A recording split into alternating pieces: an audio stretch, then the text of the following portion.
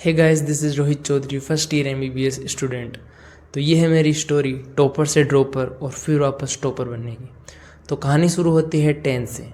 10th तक मैं अपने स्कूल में टॉपर था और मेरी स्कूल में सभी मुझे जानते थे। अब जब 10th क्लास का रिज़ल्ट आया तो मेरे मार्क्स बने 98% और मैं था अपने डिस्ट्रिक्ट में टॉपर। मैंने डिसाइड तो पहले ही कर लिया था कि करना तो MBBS ही है, तो मैंने एलन कोटा के नर्सर बैच में एडमिशन ले लिया। अब उस टाइम कोविड था तो कोचिंग की सारी क्लासेस ऑनलाइन चल रही थी। मेरा बैच स्टार्ट हुआ 20 मई 2020 को और यहाँ से हुई मेरी नीट जर्नी की शुरुआत। शुरू में मेरे अंदर बहुत ज़्यादा जोश था। मुझे लगता था कि मैं एम्स दिल्ली में आराम से चला जाऊँगा, क्योंकि शुरू में सबको ऐसा ही लगता है। मैं एम्स दिल्ली के व्लॉग्स देखता, मोटिवेशनल वीडियो देखता, टॉपर्स के इंटरव्यू देखता और एक नोटबुक भी बनाई थी जिसमें मैं मोटिवेशनल कोट्स को लिखता था, लेकिन अप्लाई कभी एक को भी नहीं किया। उस टाइम मेरे अंदर अपने 10th के मार्क्स को लेकर भी काफ़ी ज़्यादा ईगो था, क्योंकि सभी लोग मुझे जानने लग गए थे, मेरी रेस्पेक्ट करने लग गए थे।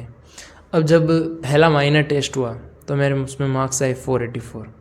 ये मार्क्स फर्स्ट टेस्ट के लिए कम होते हैं और एक डिस्ट्रिक्ट टॉपर के लिए श्योरली कम ही होते हैं। तो मैं इस बार और ज़्यादा पढ़ने लग गया, लेकिन यूट्यूब देखना कम नहीं किया। यूट्यूब पे मैं उस time vines, comedy, funny video बहुत ज़्यादा देखता था। पढ़ाई से ज़्यादा मेरा ध्यान यूट्यूब, इंस्टाग्राम और PUBG पे रहता था। लेकिन अब भी मैं प्रॉपर नोट्स लिख रहा था, क्लासेस देख रहा था और पढ़ रहा था। अब जब अगला माइनर टेस्ट हुआ तो मेरे उसमें मार्क्स आए 530। अब दिसंबर तक यही सब चलता रहा। मार्क्स 500 से 550 के बीच आ जाते थे। एक दो टेस्ट में मार्क्स कम भी आए, जैसे एक दो टेस्ट में मार्क्स 380 भी आए, लेकिन ये सब ठीक था। अब दिसंबर में हमारे पड़ोस में एक वेडिंग थी और सेम टाइम पे माइनर टेस्ट भी था। अब टेस्ट में मार्क्स लाने ज़रूरी थे, क्योंकि मार्क्स नहीं आए तो पापा और सुनाते। तो पहली बार मैंने ऑनलाइन टेस्ट में चीटिंग की और ये थी मेरी नीट जर्नी की पहली सबसे बड़ी मिस्टेक। मार्क्स फिर भी 489 ही आई। जब आप कोई गलत काम करने लग जाते हो तो आपको किसी भी चीज़ का अल्टरनेटिव मिल जाता है। आप सोचते हो कि यार अगली बार नहीं करूँगा, लेकिन अगली बार आप फिर वही करते हो।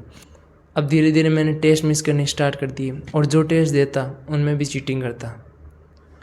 लेकिन अब भी मैं क्लासेस देख रहा था, नोट्स लिख रहा था और कभी कभार थोड़ा बहुत पढ़ भी लेता था। मेरे एंड तक यही सब चलता रहा। मार्क्स 450 से 500 के बीच आ जाते थे। अब टाइम था बर्बादी का लेवल अपग्रेड करने का। अब मैंने क्लासेस देखना भी बंद कर दिया था, सिर्फ नोट्स लिखता, वो भी पहले पूरी क्लास का स्क्रीनशॉट लेता, फिर यूट्यूब या मूवीज़ देखते देखते नोट लिखता था। पढ़ना तो बिल्कुल ही बंद कर दिया था। अब मार्च तक यही सब चलता रहा और जब मार्च में मेजर टेस्ट हुए तो उनमें मार्क्स आ रहे थे 350 से 400 के बीच। पापा ने तो कुछ कहना ही बंद कर दिया था, क्योंकि उनको लगता था कि मैं पढ़ रहा हूँ फिर भी मेरे मार्क्स नहीं आ रहे थे। अब ये साल तो ऑलमोस्ट बर्बाद हो गया था। तो मैंने सोचा कि जो गलतियाँ इस बार हुई है वो अगली बार नहीं होनी चाहिए। अप्रैल में मेरे 12th के बैच स्टार्ट हो रहे थे, वो भी ऑफलाइन। तो मैंने सोचा कि इस बार मोबाइल नहीं होगा, लैपटॉप नहीं होगा, तो डिस्ट्रैक्शन भी नहीं होगा। लेकिन जैसा आप सोचते हो वैसा ही हो, ये तो ज़रूरी नहीं है ना।